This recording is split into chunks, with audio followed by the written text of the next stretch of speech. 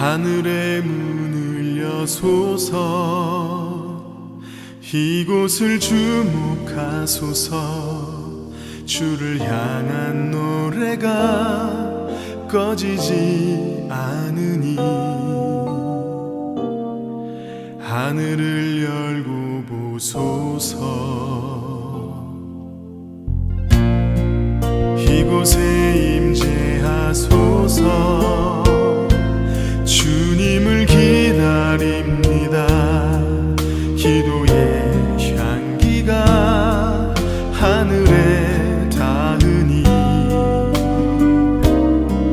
주여 임재하여 주소서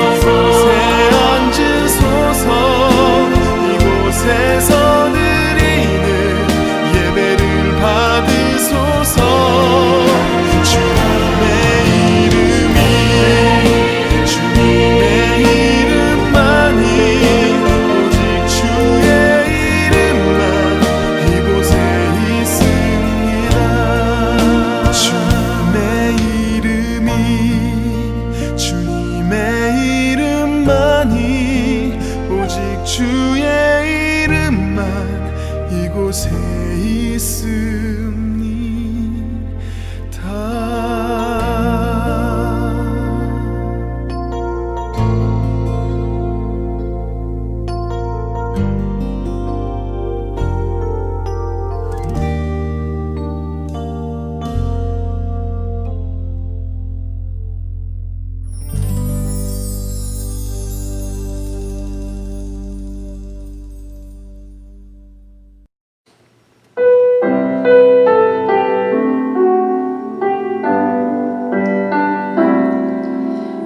주님 삼은 모든 것 내려놓고 내 주 대신 주 앞에 나가 내가 사랑했던 모든 것 내려놓고 주님만 사랑해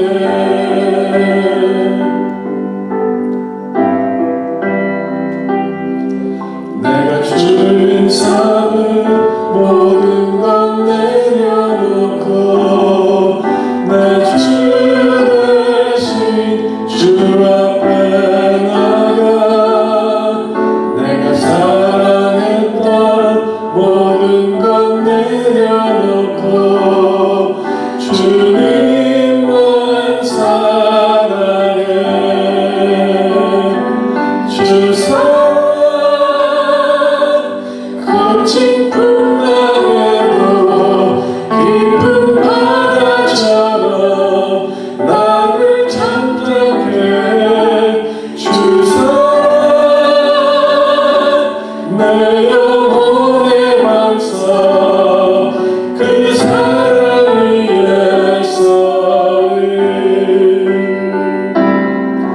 내가 주인 삼은 모든 것 내려놓고 내 주 대신 주 앞에 나가 내가 사랑했던 모든 것 내려놓고 주님만 사랑해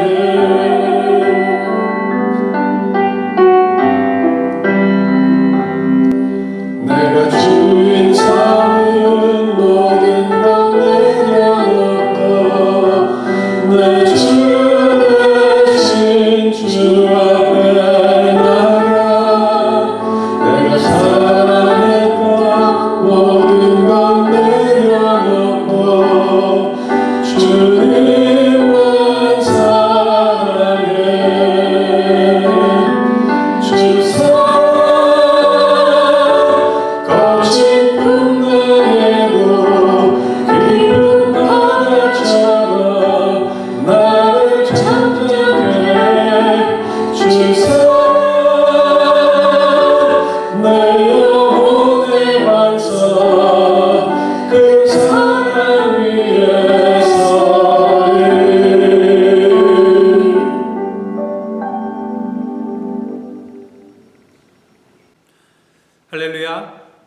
금요 찬양 기도회를 맞이하여 각 가정에서 영상으로 예배드리시는 예사랑 가족 여러분들 주님의 사랑으로 환영하고 축복합니다.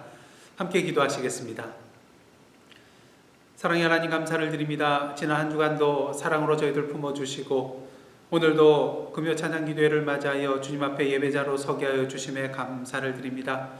오늘도 성령으로 인쳐주시사 듣는 길을 허락하여 주시고 마음판에 주님의 말씀을 새기고 무릎으로 결단하며 나아가는 은혜의 시간 되게 하여 주시옵소서. 예수님의 이름으로 기도드리옵나이다. 아멘.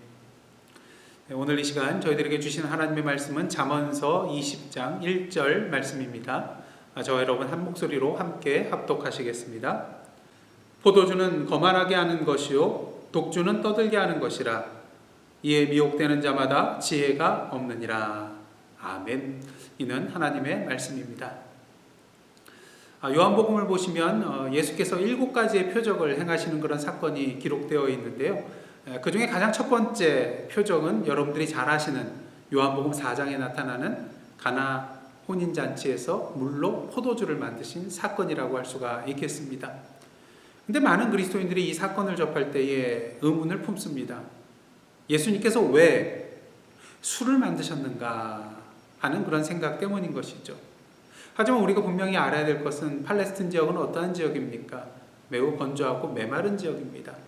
그러기에 포도주는 그 지역에 있어서 일반 음료로 음용되던 것이라는 것을 우리는 알아야 된다는 것이죠. 또한 성경을 보면 술 취하지 말라는 말은 있어도 술 마시지 말라는 그런 말은 없다는 것입니다. 이러한 경우를 우리는 아디아포라라는 그런 말을 사용하게 되는데요. 아디오포라라는 것은 대수롭지 않은 것들을 가리킬 때 사용하는 말입니다. 다시 말해서 성경에서 금하지도 않고 또 명하지도 않은 그런 행동들을 말할 때에 이 용어로 표현된다고 할 수가 있는 것입니다. 다시 말해서 신앙의 본질에 속하지 않은 것으로 각 개인의 양심에 따라 결정하고 판단해야 될 문제에 대해서 이것을 아디아포라라고 부른다는 것이죠. 예를 들어서 성찬 예식을 행할 때에 어떤 포도주를 사용해야 되는가, 또한 세례를 행할 때에 물을 몇 번 뿌려야 되는가, 이러한 것에 대해서 성경은 아무 말도 하고 있지 않습니다. 그러기에 이것은 본질적인 문제가 아니라 비본질적인 문제라는 것이죠. 아디아포라에 해당된다는 것입니다. 그러다 보니까 이거에 대해서 논쟁을 하게 되는데요. 논쟁할 필요가 없다는 것입니다. 고민할 필요가 없다는 것입니다. 이것에 얽매이지 않아도 된다는 것이죠. 그렇다면 술 마시는 문제는 어떤가요? 이 또한 기본적으로는 아디아포라에 해당되는 것이라고 할 수가 있겠습니다. 마실 수도 있고 마시지 않을 수도 있다는 것이죠. 사실 성경에서 구체적으로 술을 마시지 말라는 그런 말을 하고 있지 않기 때문인 것입니다. 그렇게 술을 마시지 않는 기독교인들은 술을 마시는 자를 경건하지 않다고 정죄해서는 안 되고요. 반대로 술을 마시는 자는 또 술을 마시지 않는 자에 대해서 하나님의 자유를 믿음으로 누리지 못하는 자라고 그렇게 비난해서도 안 된다는 것입니다. 다만 우리가 분명히 해야 될 것은요. 고린도전서 6장 12절 13절에서 사도 바울이 이렇게 말하고 있다는 것입니다. 모든 것이 내게 가하나 다 유익한 것이 아니요 모든 것이 내게 가하나 내가 무엇에든지 얽매이지 아니하리라. 음식은 배를 위하여 있고 배는 음식을 위하여 있으나 하나님은 이것저것을 다 패하시리라. 몸은 음란을 위하여 있지 않고 오직 주를 위하여 있으며 주는 몸을 위하여 계시느니라. 그러면서 19절 20절에서 이렇게 말하고 있습니다. 너희 몸은 너희가 하나님께로부터 받은 바 너희 가운데 계신 성령의 전인 줄을 알지 못하느냐. 너희는 너희 자신의 것이 아니라 값으로 산 것이 되었으니 그런즉 너희 몸으로 하나님께 영광을 돌리라. 그러기에 우리는 하나님께서 우리에게 자유를 주셨지만 갈라디아서 5장의 말씀처럼 그 자유로 우리의 육체의 기회를 삼지 말고 성령으로 따라 행함을 통하여서 성령의 인도하시는 바대로 살아감을 통하여 아름다운 성령의 열매를 맺으며 살아가야 한다는 것입니다. 그렇다면 육체의 일에 해당되는 것은 무엇일까요? 갈라디아서 5장 19절로부터 21절까지 말씀입니다. 육체의 일은 분명하니 곧 음행과 더러운 것과 호색과 우상 숭배와 주술과 원수 맺는 것과 분쟁과 시기와 분냄과 당짓는 것과 분열함과 이단과 투기와 술 취함과 방탕함과 또 그와 같은 것들이라. 전에 너희에게 경계한 것과 같이 경계하노니 이러한 일을 하는 자들은 하나님의 나라를 유업으로 받지 못할 것이요. 여기서 21절을 보시면 술 취함에 대하여 육체일이라고 그렇게 말을 하고 있습니다. 그런데 사도 바울은 술 마시는 것에 대해서 문제 삼지 않고요, 술 취하는 것에 대해서 문제 삼고 있다는 것을 우리가 볼 수가 있습니다. 에베소서 5장 18절을 통해서 사도 바울은 또한 이렇게 말합니다. 술 취하지 말라. 이는 방탕한 것이니 오직 성령으로 충만함을 받으라. 또한 디모데전서 3장을 보시면요, 감독의 직분과 집사의 직분에 대해서 언급함에 있어서 감독의 직분을 맡은 자는 술을 즐겨하지 말아야 되고 또 집사의 직분을 맡은 자는 술에 임박히지 말아야 된다, 이렇게 말하고 있는 것을 보게 됩니다. 사도 바울 당시 술 취하는 일은 불신자 세계에 있어서도 일반화되어 있는 그러한 문제였고요, 또 초대교회 안에서도 심각한 문제 중 하나였다고 말을 합니다. 그렇다면 왜 술에 취하고 술에 임박히는 것이 문제가 될 것인가? 오늘 본문인 잠언 20장 1절 말씀입니다. 포도주는 거만하게 하는 것이요 독주는 떠들게 하는 것이라. 이에 미혹되는 자마다 지혜가 없느니라. 원문에서는요, 이 포도주가 의인화되어서 거만한 자와 말다툼하는 자로 묘사되고 있는 것을 우리가 볼 수가 있습니다. 그리고 오늘 본문은 이 술에 미혹되는 자에 대해서 어떠한 자라고 말하고 있습니까? 바로 지혜가 없는 자라고 말을 하고 있는 것이죠. 그도 그럴 것이 술에 취하게 되면 어떻게 됩니까? 우리의 감각뿐만 아니라 우리의 이성까지도 마비되기 때문인 것입니다. 옛 속담에 이런 말이 있죠. 처음에는 사람이 술을 먹고, 다음에는 술이 술을 먹고, 마지막에는 술이 사람을 먹는다. 처음에는 이성적인 판단을 하고 자신을 조절할 수 있는 능력이 있는데 술이 술술 잘 넘어가다 보니까 나중에는 어떻게 됩니까? 술에 취해 술 기운에 휘둘리게 된다는 것이죠. 잠언 23장 29절로부터 35절 말씀은 이러한 술 취함의 현상에 대해서 우리에게 자세히 설명해 주고 있는 것을 보게 됩니다. 이해하기 쉽게 세 번역본으로 함께 보도록 하겠습니다. 먼저 29절입니다. 재난을 당할 사람이 누구며 근심하게 될 사람이 누구냐? 다투게 될 사람이 누구며 탄식할 사람이 누구냐? 까닭도 모를 상처를 입을 사람이 누구며 눈이 충혈될 사람이 누구냐? 여기서 특이한 것은 누구냐라는 그런 말들이 계속해서 6번이나 반복되고 있다는 것입니다. 왜 그럴까요? 그것에 해당되는 사람에 대해 확실하게 경고하기 위함이라는 것입니다. 그렇다면 이 경고의 대상은 누구일까요? 30절 말씀입니다. 늦게까지 술자리에 남아있는 사람들, 혼합주만 찾아다니는 사람들이 아니냐. 문제가 되는 게 무엇인가요? 적당한 선에서 절제하고 그만두어야함에도 불구하고 늦게까지 남아서 계속해서 마셔야 된다는 것입니다. 한국의 술 문화를 보시기를 바랍니다. 1차, 2차, 그것도 모자라서 3차, 4차 갈 때까지 간다는 것이죠. 또한 혼합주만 찾아다닌다고 합니다. 찾아다닌다는 이 단어는요, 원래 어떤 지식을 얻기 위하여 부지런히 연구하는 그런 사람을 말할 때에 이 단어를 사용한다고 합니다. 하지만 오늘 본문은 이곳저곳 술집을 다니면서 더 좋은 술을 구하기 위하여 다니는 자를 표현하고 있습니다. 그리고 혼합주라는 것은요, 향료 등을 섞어서 흥겨운 기분을 더욱더 고취시키고자 하는 것인데요, 다시 말해서 포도주에 모략 등을 섞어서 그 도수를 높임으로 말미암아서 더 취하게 만드는 그런 경우라고 할 수가 있겠습니다. 그렇게 31절을 보시면요, 잔에 따른 포도주가 아무리 붉고 고와도 마실 때에 순하게 넘어가더라도 너는 그것을 쳐다보지도 말아라 말하고 있는 것입니다. 여러분, 완전히 발효된 빨갛게 맑은 빛을 띠고 있는 포도주를 한번 생각을 해보시기를 바랍니다. 애주가라면은 너도 나도 할 것 없이 마시려고 할 것입니다. 향도 좋을 테고요, 또 목에 아주 순하게 넘어가게 될 것입니다. 하지만 오늘 말씀은 어떻습니까? 거들떠 보지도 말라는 것입니다. 왜 그렇습니까? 32절 말씀입니다. 그것이 마침내 뱀처럼 너를 물고 독사처럼 너를 쏠 것이며. 술을 뱀과 독사에 비유한 이유는 무엇일까요? 뱀과 독사에게 물리면 어떻습니까? 온몸이 마비되고 때로는 죽음에 이르는 그런 치명적인 결과를 맞이한다는 것입니다. 술도 마찬가지라는 것이죠. 술에 취하게 되면은 이처럼 치명적인 결과를 맞이할 수도 있다는 것입니다. 또한 33절, 34절입니다. 눈에는 괴이한 것만 보일 것이며 입에서는 허튼 소리만 나올 것이다. 바다 한가운데 누운 것 같고 돛대 꼭대기에 누운 것 같을 것이다. 한마디로 감각과 판단력이 흐려지고 마비된다는 것이죠. 또한 바다 한가운데 돛대 꼭대기 어떠한 곳입니까? 결코 우리가 누워 있어서는 안 될 곳입니다. 하지만 더 심한 것은요, 35절 말씀입니다. 사람들이 나를 때렸는데도 아프지 않고 나를 쳤는데도 아무렇지 않다. 이 술이 언제 깨지?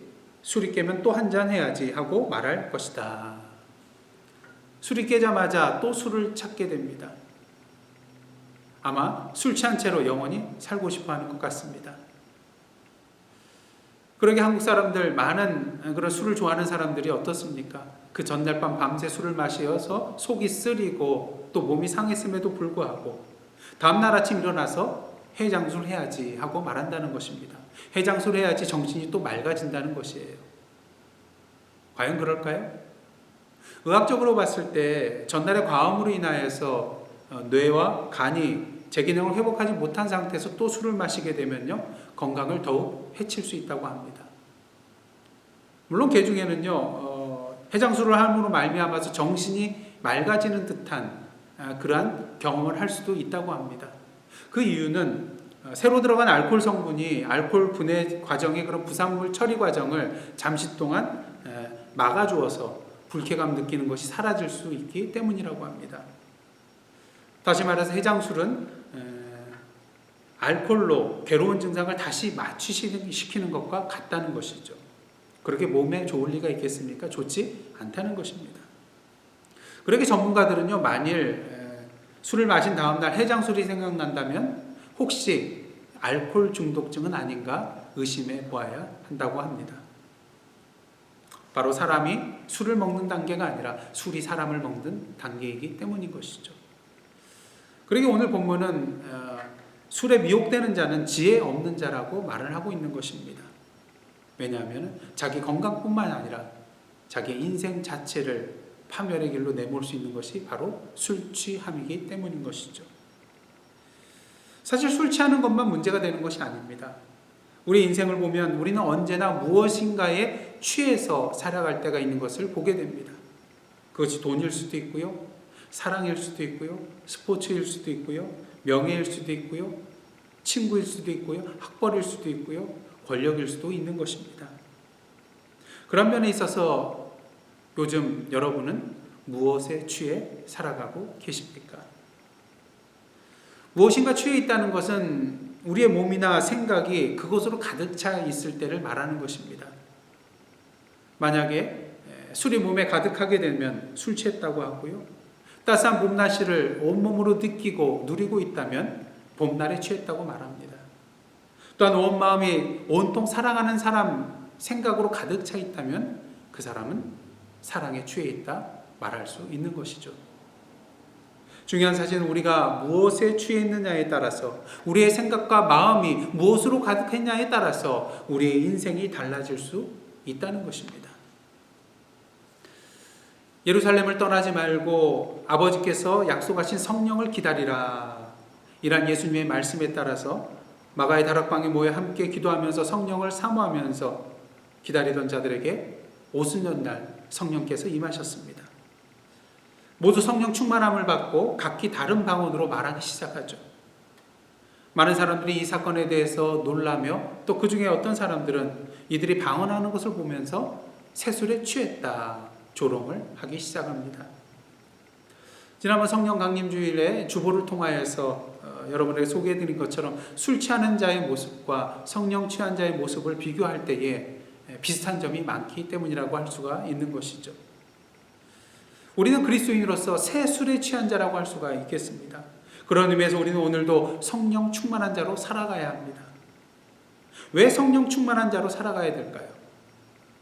무엇보다 성령 충만하지 못한 삶을 살아간다는 것은 오늘도 우는 사자처럼 두루다니며 삼킬자를 찾고 있는 우리의 대적 사단에게 틈을 주는 것이 되기 때문인 것입니다. 여러분, 적군이 어디를 공격하게 될까요? 철동같이 방어벽을 구축한 곳 공격하지 않습니다. 오히려 수비가 허술한 곳, 또 방심하고 있는 곳, 이러한 곳을 찾아서 공격하게 되어 있다는 것이죠. 우리 대적 사단도 마찬가지입니다. 어찌 보면 우리 자신보다도 우리의 약점이 무엇인지 잘 알고 있는 사단은 오늘도 우리의 아킬레스건을 찾아서 집중적으로 공격하게 되어 있습니다. 여러분, 성령 충만이라고 할 때 충만은 무엇입니까? 차고 흘러 넘치는 것을 말합니다. 여러분, 차고 흘러 넘치는 샘물은 오염되기 쉽지 않습니다. 하지만 고여있는 물은 오염되기가 쉽습니다. 그러게 우리는 오늘도 성령 충만한 삶을 살아가야 하는 것이죠. 다음으로 우리가 성령 충만한 삶을 살아야 되는 이유는 성령 충만하지 못할 때에 우리는 그리스도인으로서의 맛을 잃어버리기 때문인 것입니다. 여러분, 오렌지 주스에다가 물을 많이 섞어서 놓으면 어떻게 됩니까? 색깔을 봤을 때는 오렌지 주스처럼 보여요. 하지만 맛을 보면 어떻습니까? 맛이 밍밍합니다. 싱겁게 되는 것이죠. 예수님께서 우리를 향하여서 너희는 세상의 소금이라고 말씀하셨습니다. 하지만 성령으로 충만하지 못할 때 우리는 맛을 잃은 소금처럼 그리스도인으로서 맛을 제대로 내지 못하게 된다는 것이죠. 능력으로 행하지 못한다는 것입니다. 제대로 성령의 아름다운 열매를 맺지 못한다는 것입니다. 그리고 또 한 가지, 우리가 성령 충만한 삶을 살아야 되는 이유는 성령 충만하지 못할 때에 우리의 세월과 인생을 낭비하게 되는 것이기 때문인 것입니다. 에베소서 5장 16절 말씀에 세월을 아끼라고 하였습니다. 여러분들 잘 아시다시피 세월을 아끼라는 그런 의미는 기회를 사라는 것입니다. 아니, 기회는 붙잡는 것이지 왜 돈을 주고 사야 합니까? 왜 값을 치러야 합니까? 이런 말을 할 수가 있을 것입니다. 하지만 어떻습니까? 어떤 기회를 붙잡기 위해서는 항상 그에 상응하는 다른 것을 포기해야 하는 것입니다. 그런 면에 있어서 기회를 붙잡는 것은 값을 치르는 것이라고 할 수가 있는 것이죠. 이는 마치 두 마리의 토끼를 동시에 쫓아가서 잡을 수 없는 것과 마찬가지입니다. 이 토끼를 잡기 위해서는 저쪽 토끼를 포기해야 되는 것이죠. 값을 치러야 한다는 것입니다. 재물과 하나님을 겸하여 섬길 수가 없습니다. 재물을 섬기기 위해서는 하나님을 포기해야 되고요. 하나님을 섬기기 위해서는 재물을 포기해야 된다는 것입니다. 그렇게 기회라는 것은 값을 치르고 사는 것이라고 할 수가 있다는 것이죠. 중요한 사실은 우리가 성령 충만할 때에 우리에게 참된 기회가 되는 것이 무엇인지를 분별할 수 있는 능력이 생겨난다는 것입니다. 무엇을 포기하고 무엇을 선택할 것인가? 무엇이 정말로 나의 인생에 의미가 있는, 가치가 있는 것일까? 분별할 수 있는 능력이 생겨난다는 것입니다. 그런 면에 있어서 오늘도 이 금요 찬양 기도회를 맞이하여서 영상으로 예배드리시는 모든 여러분들, 진실로 세월을 아끼고 기회를 산 참된 그리스도인이라고 할 수가 있을 것입니다. 오늘도 성령 충만한 가운데에 말씀과 찬양과 기도의 자리로 나오셨다는 것, 다른 모든 것들을 포기하고 이 자리에 나오셨다는 것 그 자체로 여러분은 성령 충만하신 분들인 것입니다. 그렇게 사도 바울은 에베소서 5장을 통하여서 오직 성령으로 충만함을 받으라 권면하고 있는 것입니다. 에베소서 5장 15절로부터 18절 말씀입니다. 그런즉 너희가 어떻게 행할지를 자세히 주의하여 지혜 없는 자같이 하지 말고 오직 지혜 있는 자같이 하여 세월을 아끼라. 때가 악하니라. 그러므로 어리석은 자가 되지 말고 오직 주의 뜻이 무엇인가 이해하라. 술 취하지 말라. 이는 방탕한 것이니 오직 성령으로 충만함을 받으라. 크게 세 가지를 말하고 있습니다. 15절 16절 지혜 없는 자같이 하지 말고 오직 지혜 있는 자같이 하여 세월을 아끼라. 다음은 17절이죠. 어리석은 자가 되지 말고 오직 주의 뜻이 무엇인가 이해하라. 그 다음 18절 오직 성령의 충만함을 받으라. 하지만 엄밀히 말하면 이 세 가지는 서로 분리된 것이 아니라 결국에는 하나의 내용을 담지하고 있다는 것을 우리가 알 수가 있습니다. 지혜 있는 자와 같이 세월을 아끼는 자, 이 자는 분명히 주님의 뜻이 무엇인지 분명하게 이해하고 있는 자라고 할 수가 있겠고요. 또한 주님의 뜻이 무엇인지 분명하게 이해하고 있는 자는 바로 성령 충만한 자라고 할 수가 있기 때문인 것입니다. 그렇다면 오직 성령의 충만함을 받으라는 것은 무엇을 의미하는 것일까요? 첫째로 오직 성령으로 충만함을 받으라는 말씀은 오직 이 길밖에는 없다는 것입니다. 그렇다면 오직 성령의 충만함을 받으라는 것은 무엇을 의미하는 것일까요? 첫째로 성령의 충만함을 받으라는 것은 오직 이 길밖에 없다는 것입니다. 여러분, 만일 가솔린으로 가는 차에 디젤, 경유를 주유하게 되면 어떻게 될까요? 출력이 떨어지거나 엔진이 고장나게 되어 있습니다. 또한 가솔린 차에 가솔린과 물을 혼합한 것을 주유하게 되면 어떻게 될까요? 시동이 걸리지 않을 뿐더러 시동이 걸렸다 하더라도 출력이 떨어지고요. 또 주행 중에 갑자기 멈춰서는 일을 당하여서 큰 사고를 내게 될 수도 있다고 합니다. 우리는 예수 그리스도로 말미암아 옛사람을 벗어버리고 새 사람을 입은 자들입니다. 새 차를 뽑은 사람들과 마찬가지라는 것이죠. 그렇다면 연료로 무엇을 주유해야 될 것인가? 오직 성령으로 채워 넣어야 한다는 것입니다. 그럴 때 우리는 우리의 인생의 목적지까지 아무 사고 없이 멈춰 서지 아니하고 계속해서 달려갈 수 있게 되는 것입니다. 뿐만 아니라 성령은 우리의 인생길에 있어서 내비게이션의 역할을 해준다고 할 수가 있겠습니다. 우리 인생길에 안내자 역할을 해주신다는 것이죠. 그런데 한 가지 의문이 있습니다. 요한복음 14장 6절에 보시면 예수께서 말씀하시죠. 내가 곧 길이요 진리요 생명이니 나로 말미암지 않고는 아버지께로 올 자가 없느니라. 이 말씀에 의하면 우리 인생의 참된 길은 예수 그리스도신데 왜 성령으로 충만함을 받아야 할까요? 에베소서 3장 16절 17절 말씀입니다.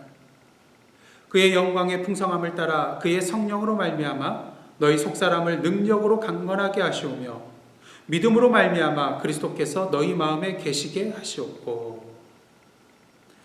성령으로 말미암는다는 것과 또 믿음으로 말미암다는 것 사실 같은 의미라고 할 수가 있겠습니다. 왜냐하면 성령의 도우심 없이는 믿음의 길로 나아갈 수 없기 때문인 것이죠. 그러게 성령으로 말미암아 우리의 속사람이 강건하게 되는 것과 믿음으로 말미암아 그리스도께서 우리의 마음에 계신다는 것도 사실은 같은 의미라는 것입니다. 예수께서 제자들을 향하여 다른 보혜사를 보내실 것을 약속하셨습니다.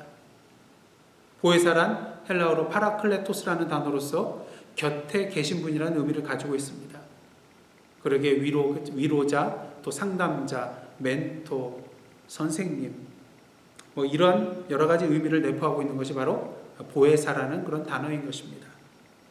중요한 사실은 예수께서 그냥 보혜사를 보내신다는 말씀을 하신 것이 아니라 다른 보혜사를 보내주신다고 말씀하셨다는 것입니다. 왜 이렇게 말씀하셨을까요? 예수님 자신이 바로 이 땅에 우리와 함께 있기 위하여 내려오신 보혜사셨기 때문인 것입니다.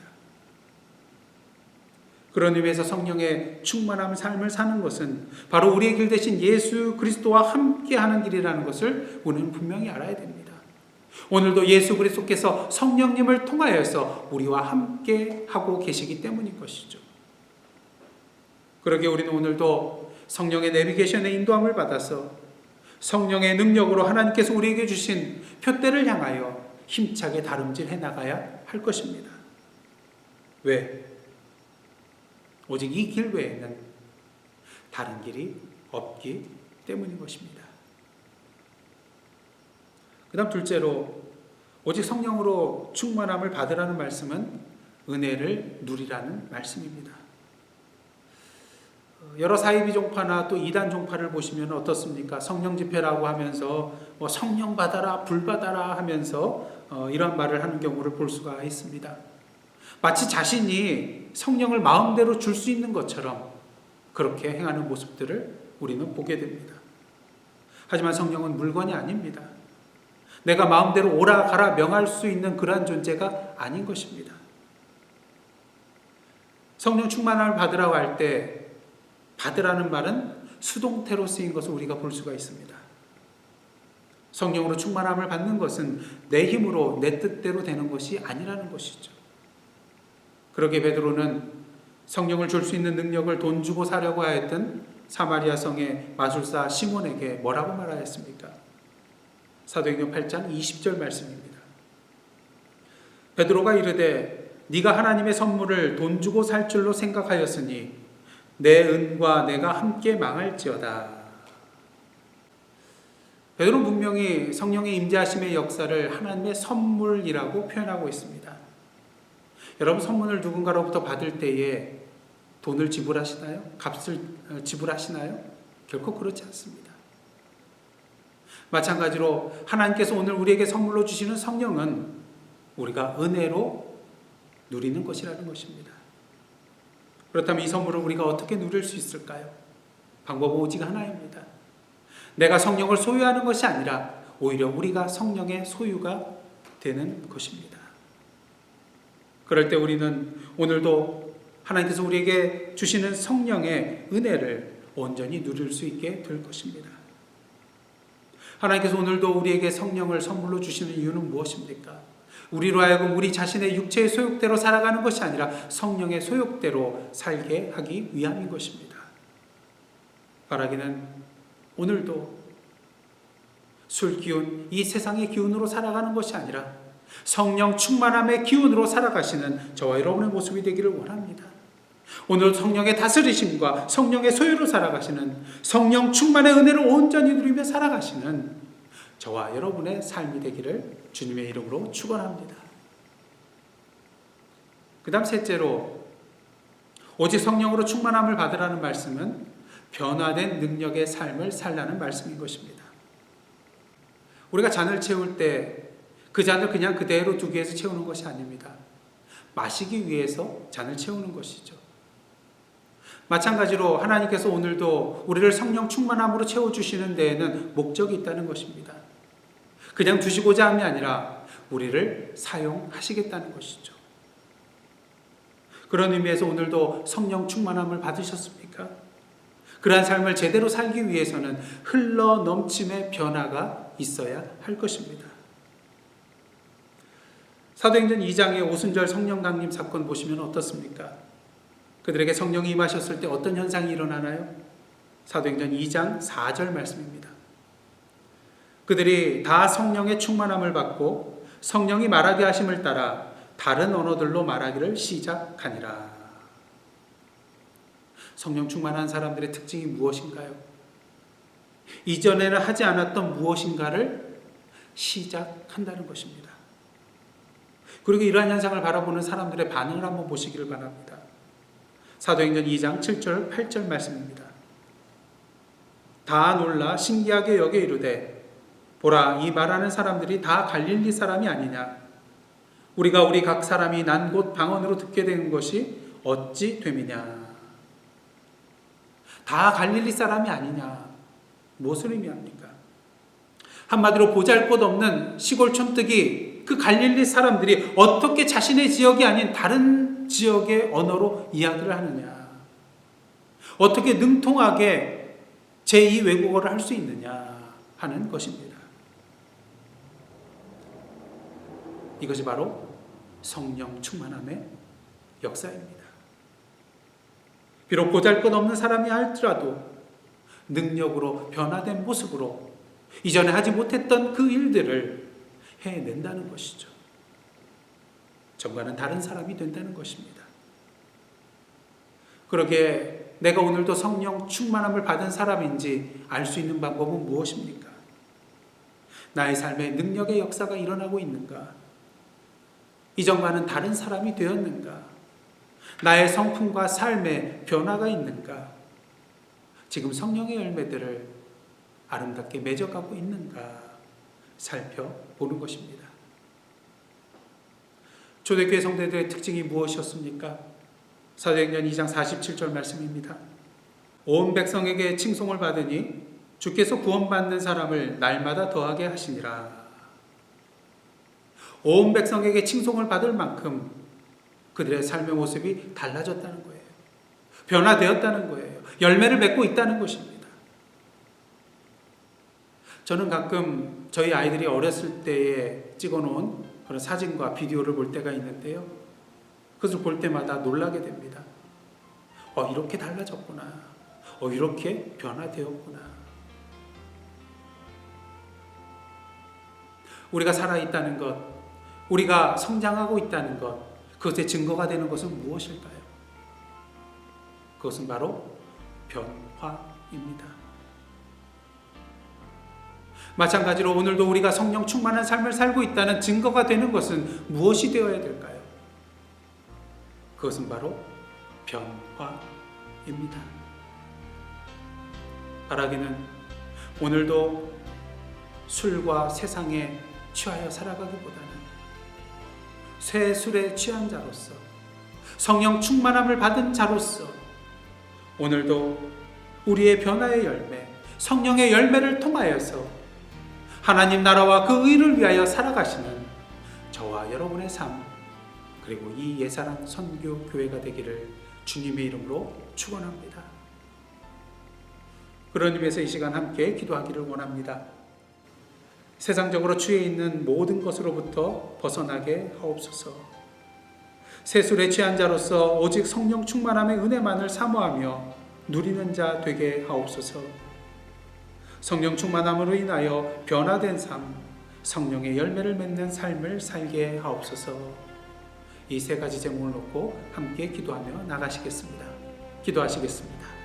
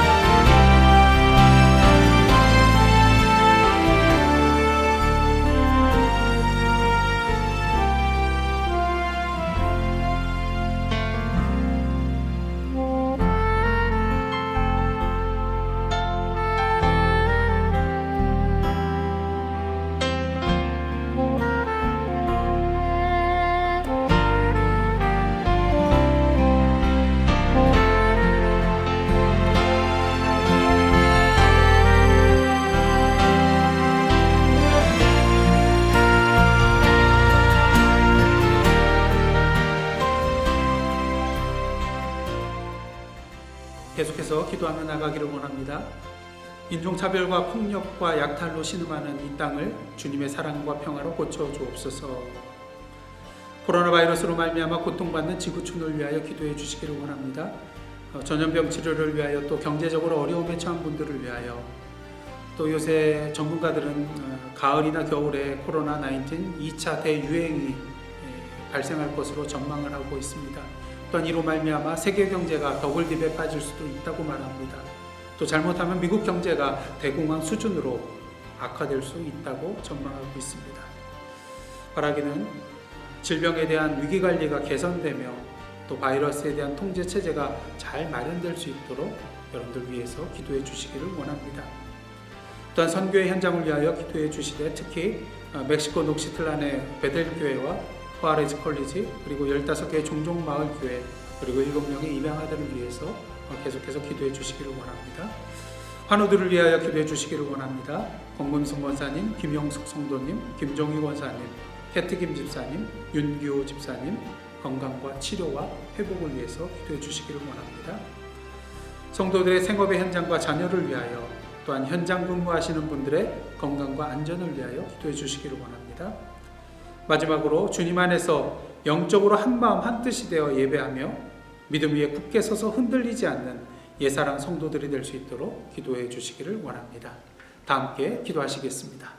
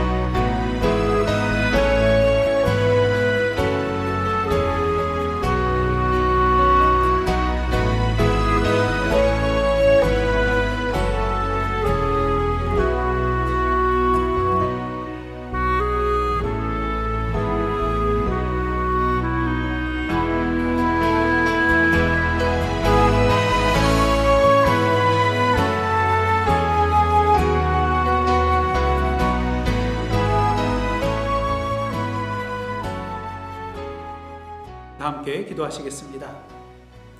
하나님, 오늘도 세술에 취한 자로서 성령의 인도하신 가운데 주님 앞에 나와 찬양과 말씀과 기도 가운데 주님을 만나게 하여 주심에 감사드립니다. 바라기는 오늘 저희들에게 주신 말씀처럼 항상 성령 충만한 가운데 성령의 능력 주심과 역사하신 가운데 성령의 아름다운 열매들을 맺어 나아가는 저희들 되게 하여 주옵소서. 오늘도 저희들에게 주신 은사들을 통하여 하나님의 나라와 그 역사를 이루는데 하나님의 동역자로 귀히 쓰임 받는 저희들, 그리고 이 예사랑 선교교회 되게 하여 주옵소서. 오늘도 기도하는 가운데 주님의 이름으로 이 세상을 품었습니다. 비록 육신적으로 저희들 그곳으로 다가갈 수는 없지만 성령이여 저희들의 기도의 제목의 현장에 임자하여 주시사 당신의 진리와 사랑과 평화와 생명의 빛으로 임하여 주시옵소서. 특히 코로나로 인하여 고통받고 있는 삶의 현장에 치료와 회복의 영으로 임하여 주시고 경제적인 어려움에 있는 분들을 위로하여 주시사 소망의 빛 가운데 다시 일어서게 하옵소서. 또한 예사랑 가족 여러분들의 삶의 현장 가운데 임하여 주시어서 서로 사랑으로 중보하며 기도하는 가운데에 영적으로 서로 힘이 되어주는 저희들 되게 하옵시고 주님께서 능력으로 역사하시는 가운데 오늘도 하나님께서 우리의 삶의 현장 가운데 살아 역사하시는 우리 하나님 되심을 누리며 그 하나님을 우리의 입술과 우리의 삶으로 고백하며 선포하며 나아가는 저희들 되게 하여 주옵소서. 이 모든 말씀 예수님의 이름으로 기도드리오며 이제는 우리 구주 예수 그리스도의 은혜와 하나님 아버지의 크신 사랑과 성령님의 감동감화 교제케 하시는 역사가 오늘도 세술에 취한 자로서 성령 충만한 가운데에 성령의 아름다운 열매를 맺으며 하나님 나라의 지경을 넓혀 나아가기로 다짐하며 나아가는 하나님의 백성들과 그들의 삶의 현장 위에 주의 몸된 예사랑 선교교회 위에 그리고 나라와 민족과 이 미국 땅과 선교지와 온 세계 위에 이제로부터 영원토록 함께 계시옵기를 간절히 축원하옵나이다. 아멘.